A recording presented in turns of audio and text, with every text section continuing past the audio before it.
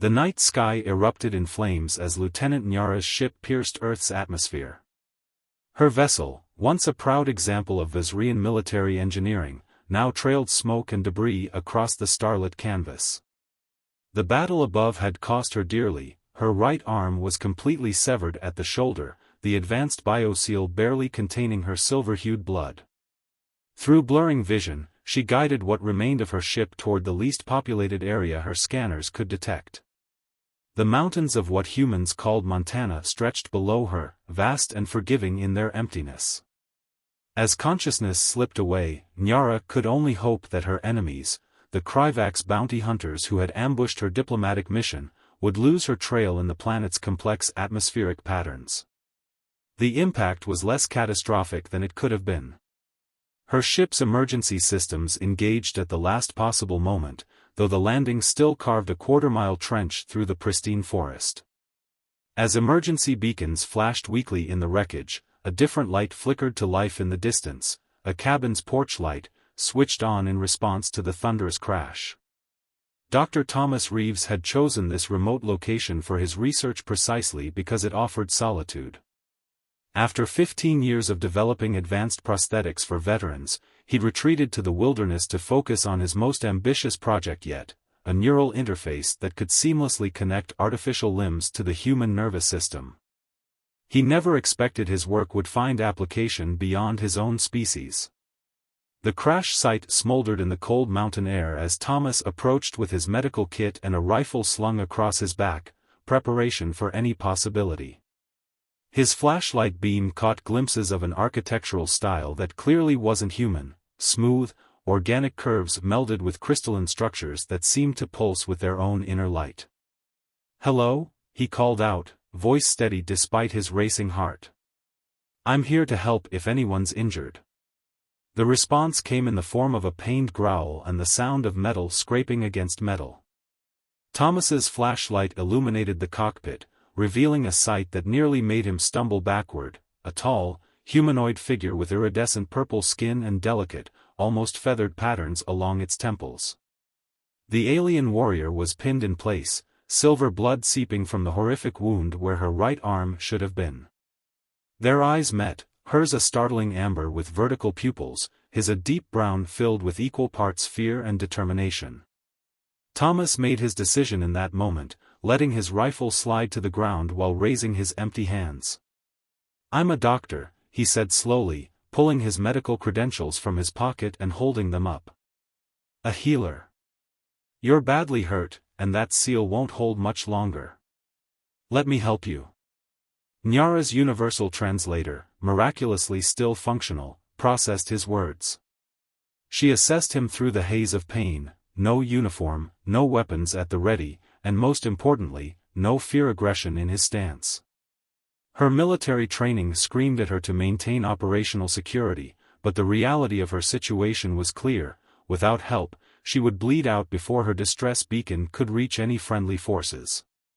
Using her remaining arm, she released the cockpit seal. The sound of pressurized air escaping mixed with her sharp intake of breath as pain lanced through her shoulder. Thomas moved forward carefully but quickly, his medical training taking over as he assessed her injuries. "I need to get you to my cabin," he said, already pulling supplies from his kit to stabilize the bioseal. "I have better equipment there. Can you walk?" Nyara managed a curt nod, then spoke in a voice that seemed to resonate on multiple frequencies. "Why help me? Your species has no obligations to mine." Thomas secured a pressure bandage while considering her question. "Because you need it," he said simply. "And because I took an oath to help those in need, regardless of who they are. Here on Earth, we call it the Hippocratic Oath. It doesn't specify which species it applies to." A sound escaped her that might have been a laugh, though it was twisted by pain.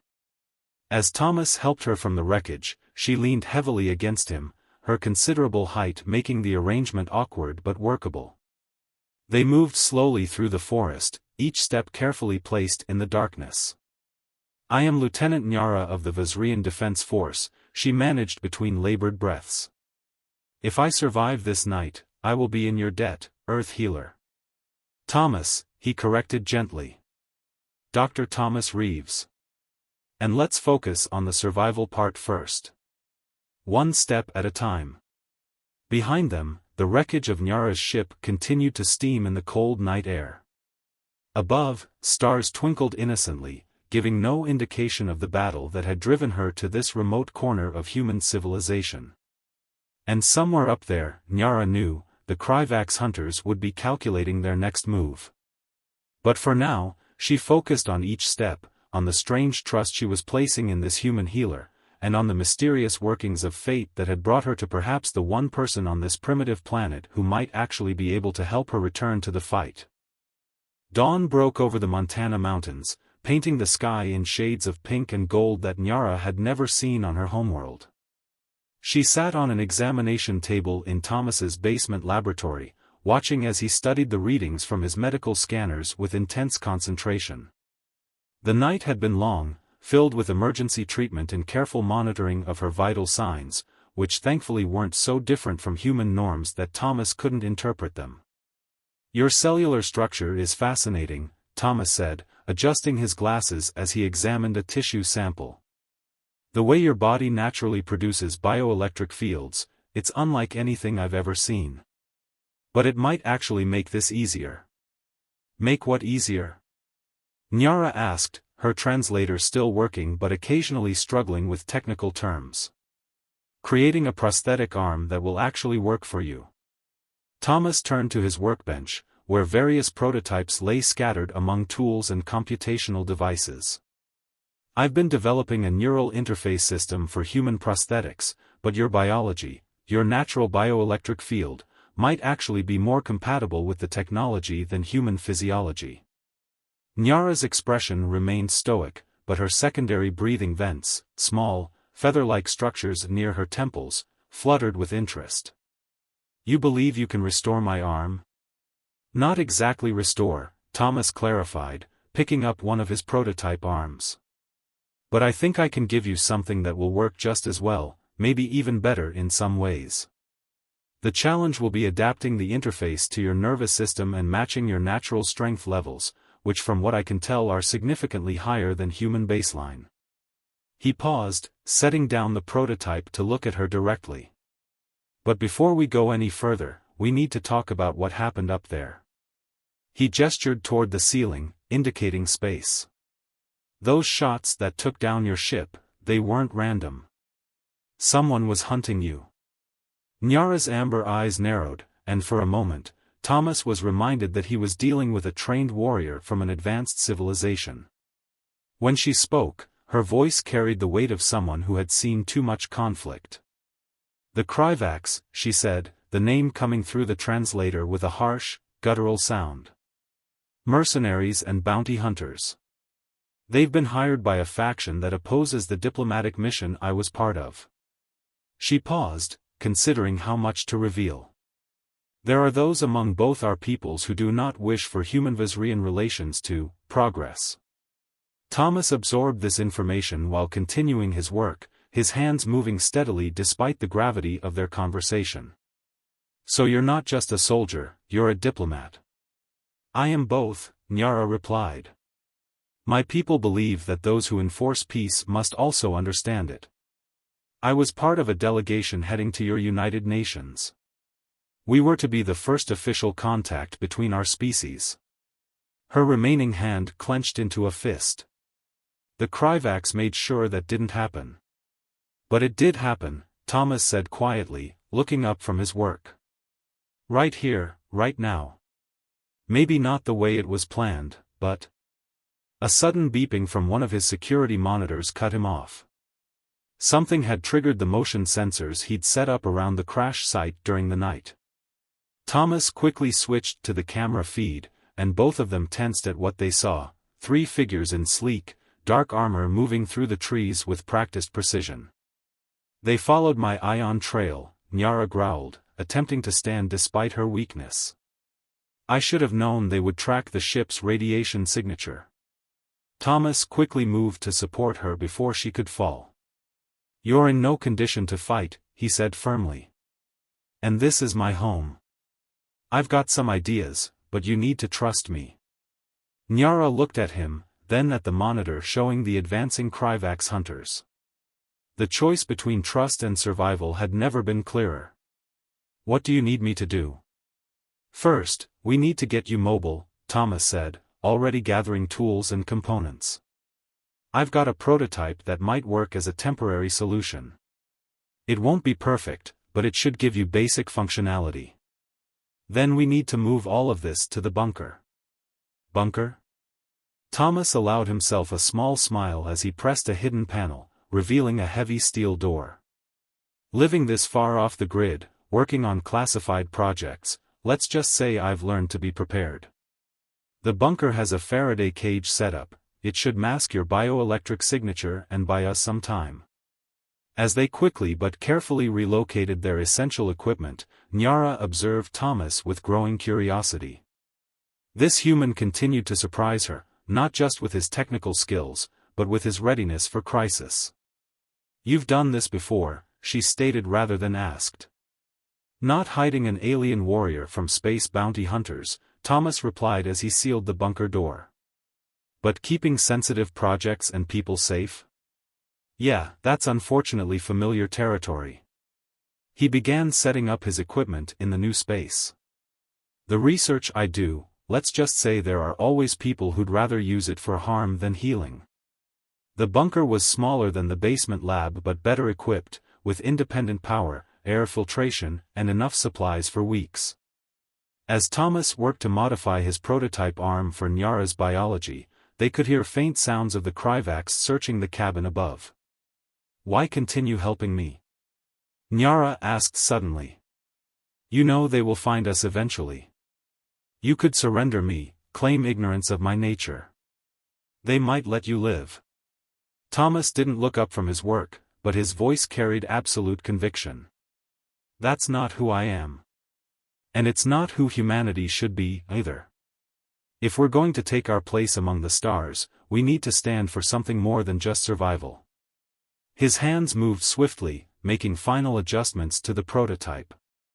Besides, I didn't spend 15 years developing prosthetics just to hand my first alien patient over to a bunch of trigger-happy bounty hunters.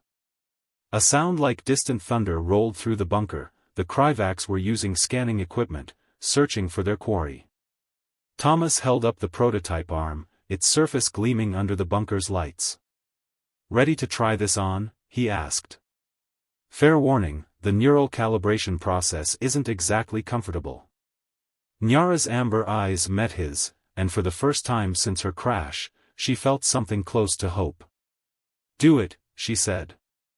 And then, Dr. Thomas Reeves, perhaps you can help me send a message to these Kryvax about the true meaning of diplomacy.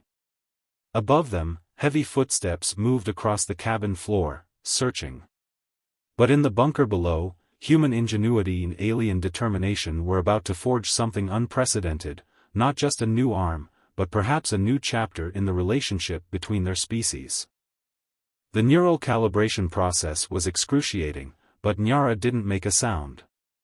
Thomas watched in amazement as the alien warrior maintained perfect composure while her nervous system adapted to the prototype arm. Holographic displays showed cascading waves of bioelectric energy as her body's natural fields synchronized with the prosthetic's advanced circuitry. Try moving the fingers, Thomas instructed, monitoring the feedback readings carefully. Slowly at first. The mechanical digits responded, albeit with slight delays.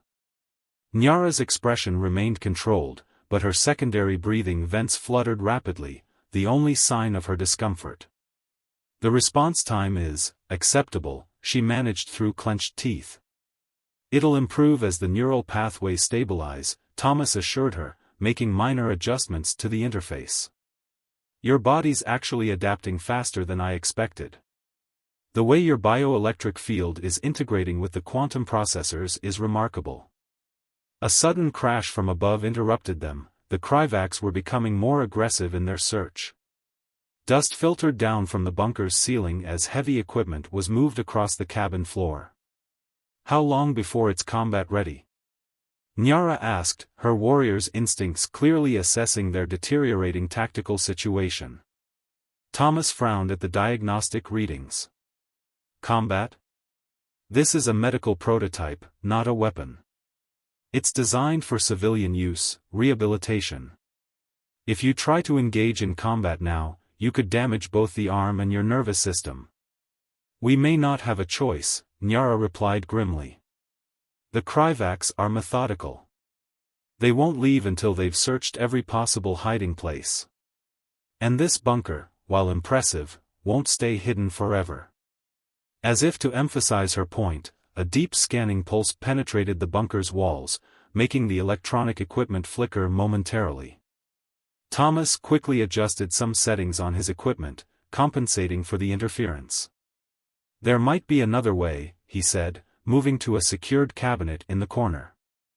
I've been working on something, a prototype that was supposed to be for extreme environments.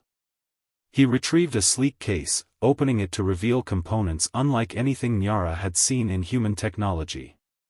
It's experimental, combining some theories about quantum entanglement with conventional prosthetic technology. Nyara's eyes widened slightly as she recognized some of the principles involved. This technology, it's beyond your world's current level. Thomas smiled wryly. Let's just say I've had some interesting insights over the years. The government thinks I'm just really good at theoretical modeling. He began removing components from the case. This version isn't combat-ready either, but it might give us an advantage they won't expect. Another scanning pulse rocked the bunker, stronger this time. Equipment rattled on shelves, and warning lights flickered on several displays. They were running out of time. What do you need? Nyara asked, her military training kicking in as she assessed their resources. Cover, Thomas replied, already working to integrate the new components into her prosthetic. About 20 minutes to make these modifications, and then maybe another 10 for your system to adapt. After that. He paused, looking at her seriously. After that, we'll have to trust that my theories about quantum neural integration are correct. Nyara considered their options. With her good arm, she reached for her utility belt and removed a small device.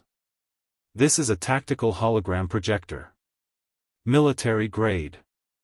It can create a convincing duplicate of a heat signature, but only for about 30 minutes. That might be just enough time, Thomas said, taking the device.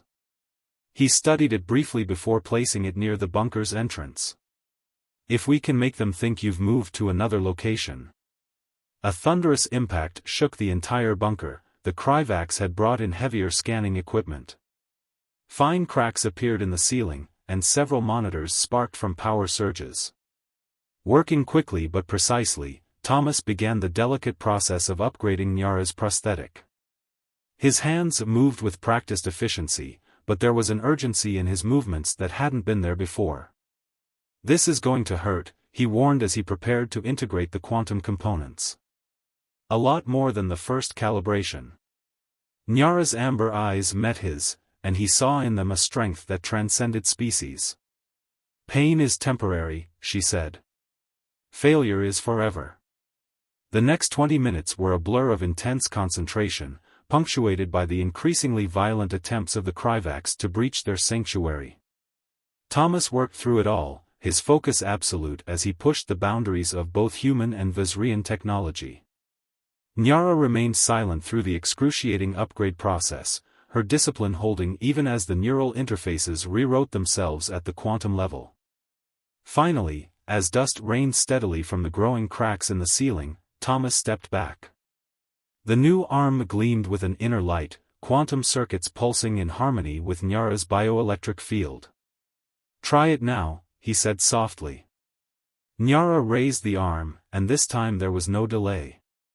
The movement was fluid, natural, perhaps even more precise than her original limb had been. She looked at Thomas with new understanding. You've done more than replace what was lost, she said. You've created something new. We did, Thomas corrected her, already gathering essential equipment. Your biology made it possible. I just helped it along. He activated the hologram projector, creating a convincing image of Nyara moving through the forest outside the cabin. Now comes the hard part. The bunker's reinforced door groaned under a direct impact. The Kryvax had found them. Nyara flexed her new arm, watching as quantum energy coursed through its advanced circuits. "No," she said, a fierce smile playing across her features. "Now comes the fun part." As the door began to buckle, Thomas and Nyara took up positions on either side. The arm's quantum systems were fully integrated now, humming with potential that even Thomas hadn't fully anticipated.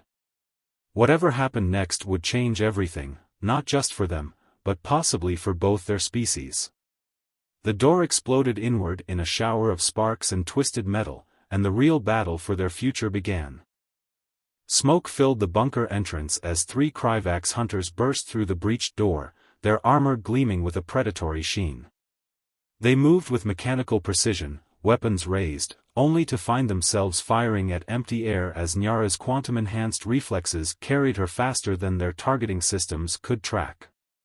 The first hunter went down before he could adjust his aim, Nyara's new arm moving with impossible speed to redirect his weapon into the floor. The quantum circuits pulsed with energy as she leveraged strength that surprised even her, throwing the armored figure into his companions with devastating force. The arm's neural interface is exceeding expected parameters, Thomas called from his position behind an overturned workbench, rapidly typing commands into a portable console. "The quantum field is amplifying your natural abilities." A second hunter recovered quickly, deploying an energy net designed to disrupt bioelectric fields. But as the net descended, Thomas pressed a key on his console, and the quantum circuits in Nyara's arm pulsed with a countering frequency. The net dissipated harmlessly, its energy absorbed and redirected. "Impossible," the hunter growled through his helmet's speaker. "That's Vizrian military tech. This primitive world shouldn't have anything capable of." His words cut off as Nyara engaged him directly, her new arm moving with fluid grace. The quantum-enhanced prosthetic didn't just match her natural capabilities, it expanded them, allowing her to perceive and react to threats with unprecedented clarity. "You should have done more research," Nyara said, deflecting a plasma burst with her palm's integrated energy dispersion field, another of Thomas's theoretical innovations. "Humans are full of surprises." The third hunter, apparently the leader, stepped back to reassess the situation. "Stand down, Lieutenant Nyara," he commanded. "The arm is impressive, but you're still outnumbered. And your human accomplice can't hide behind his technology forever." "Actually," Thomas called out, emerging from cover with a device in his hands, "I was hoping we could discuss that." He held up what appeared to be a simple communications unit, but its display showed a familiar set of coordinates. Particularly the part about being outnumbered. The hunter leader's helmet tilted slightly, the only indication of his confusion before the bunker's remaining lights flickered, and a new alarm sounded from his armor's systems. "That's a quantum entanglement signal," Nyara realized, recognizing the pattern of energy emanating from Thomas's device. "You've been broadcasting our location." "To your diplomatic vessel," Thomas confirmed with a slight smile. "The one that was supposed to make first contact? I figured they might be interested in the Kryvax's interference with their mission. The quantum circuits in your arm weren't just for combat, they were acting as a signal booster." A deep rumble shook the bunker, but this time it came from above, the distinctive sound of a Vizrian diplomatic ship's engines. The Kryvax hunter's armor displays flickered with urgent warnings as multiple targeting systems locked onto their positions. "Checkmate," Thomas said quietly. "I believe that's what we call it in human chess." The hunter leader's posture shifted subtly from aggressive to defensive. "This changes nothing," he declared, though his weapon lowered slightly.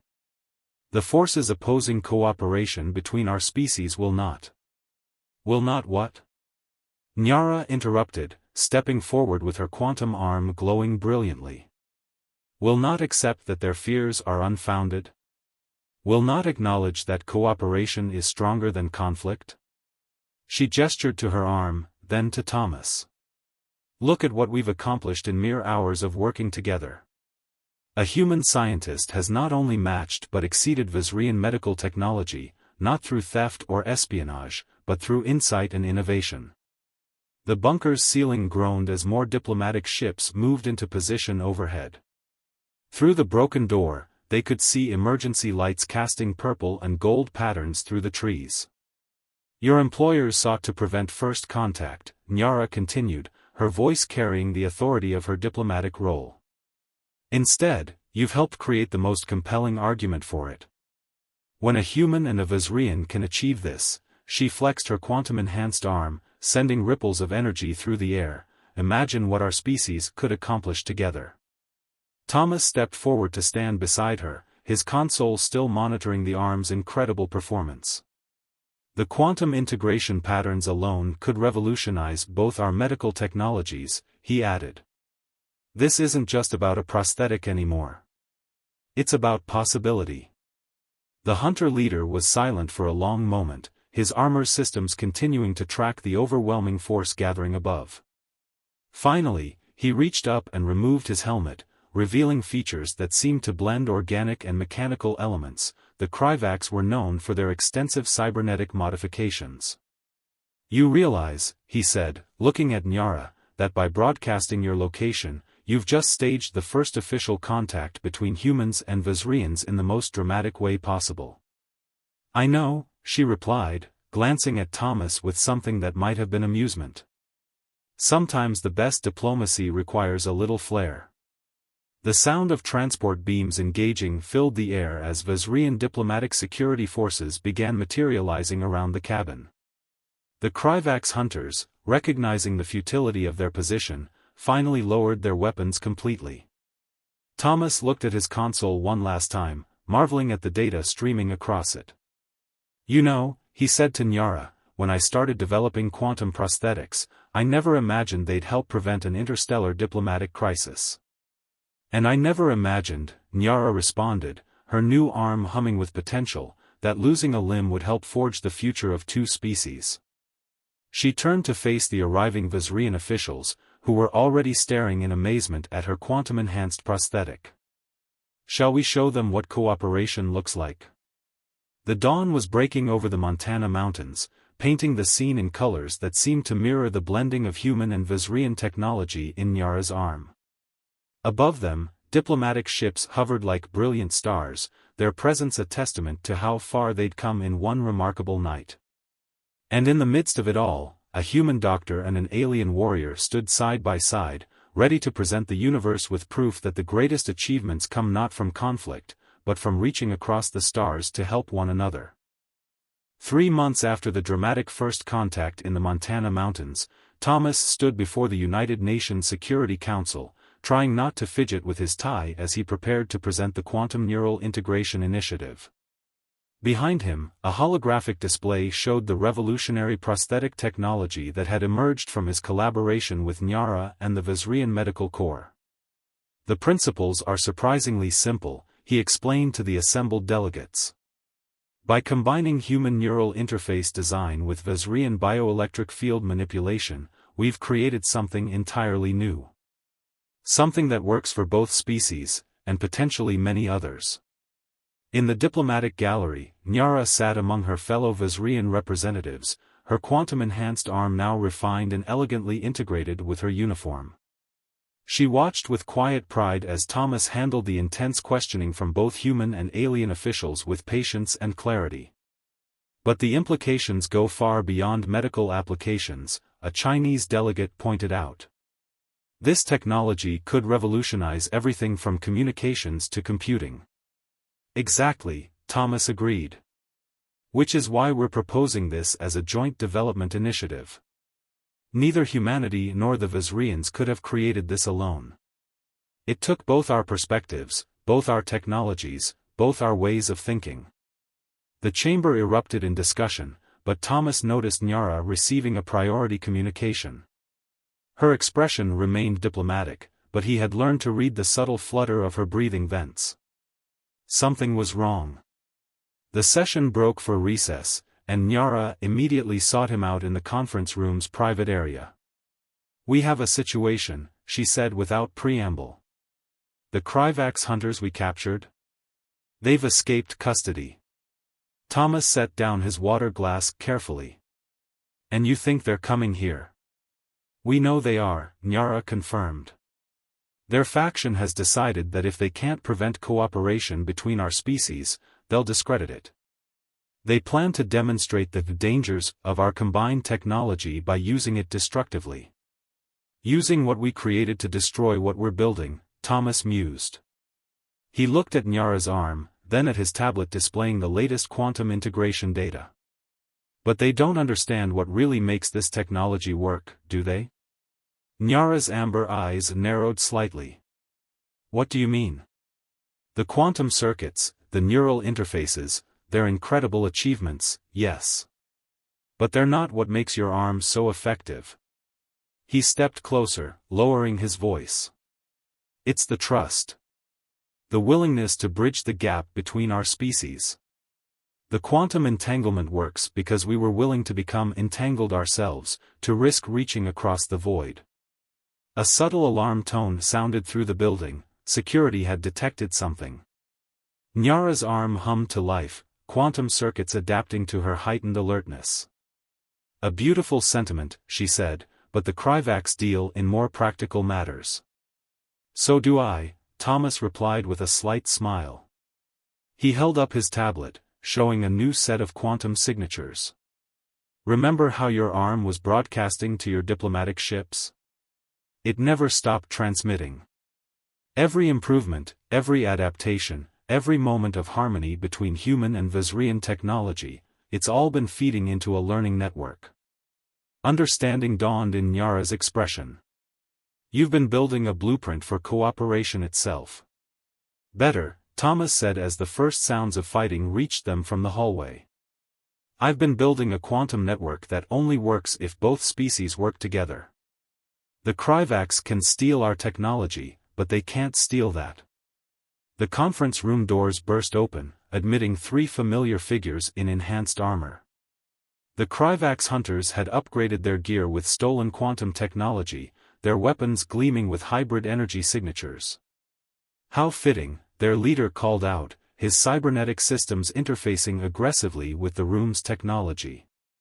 The architect and the inspiration, together for the end of their precious collaboration. Nyara stepped forward, her quantum arm radiating power, but Thomas placed a hand on her shoulder. "Wait," he said calmly. "Watch." The hunters raised their weapons, but something was wrong. Their quantum-enhanced systems flickered, struggling to maintain coherence. The leader staggered, his cybernetics sparking as they failed to integrate with the stolen technology. "Quantum entanglement is a funny thing," Thomas explained, almost conversationally. "It doesn't respond well to forced connections. The more you try to control it, the more it falls apart." "What have you done?" the leader demanded, his weapons systems cycling through failed initialization attempts. "I didn't do anything," Thomas replied. "This is just what happens when you try to use technology built on cooperation for purposes of destruction. The quantum field itself rejects it." Security forces, both human and Vizrian, were arriving now, surrounding the failing hunters. Nyara's arm hummed with steady power, a stark contrast to the hunters' deteriorating systems. "You see," she added, addressing her would-be assassins, "what my friend discovered wasn't just a way to replace my arm. He found a way to prove that our species are stronger together than apart. And he encoded that proof into the very fabric of what we built." The hunters were quickly subdued, their stolen technology now little more than dead weight. As they were led away, Thomas turned to the gathering crowd of delegates and officials who had witnessed the scene. "I was going to spend another hour explaining why this initiative is so important," he said, gesturing to the fallen hunters and then to Nyara's perfectly functioning arm. "But I think we just had a rather effective demonstration." Laughter rippled through the crowd, breaking the tension.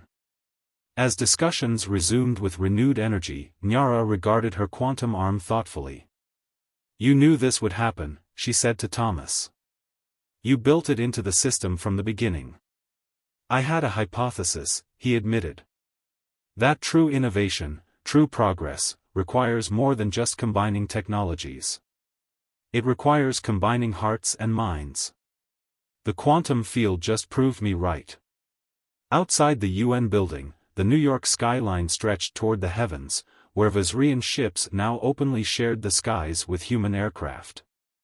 Somewhere up there, both species were already working together on new projects, new innovations, new ways to bridge the vast distances between their worlds. So, Nyara said, her arm gleaming in the sunlight, what do we build next? Thomas looked at his tablet, where new quantum integration patterns were already forming, born from the continuous harmony between human ingenuity and Vizrian spirit. Something amazing, he replied. Together. And in that moment, as human and alien stood watching their shared future unfold, the quantum circuits in Nyara's arm pulsed with a warm, steady light, a beacon of hope for both their species, and a reminder that sometimes the greatest innovations come not from the technology we create, but from the bridges we dare to build between us.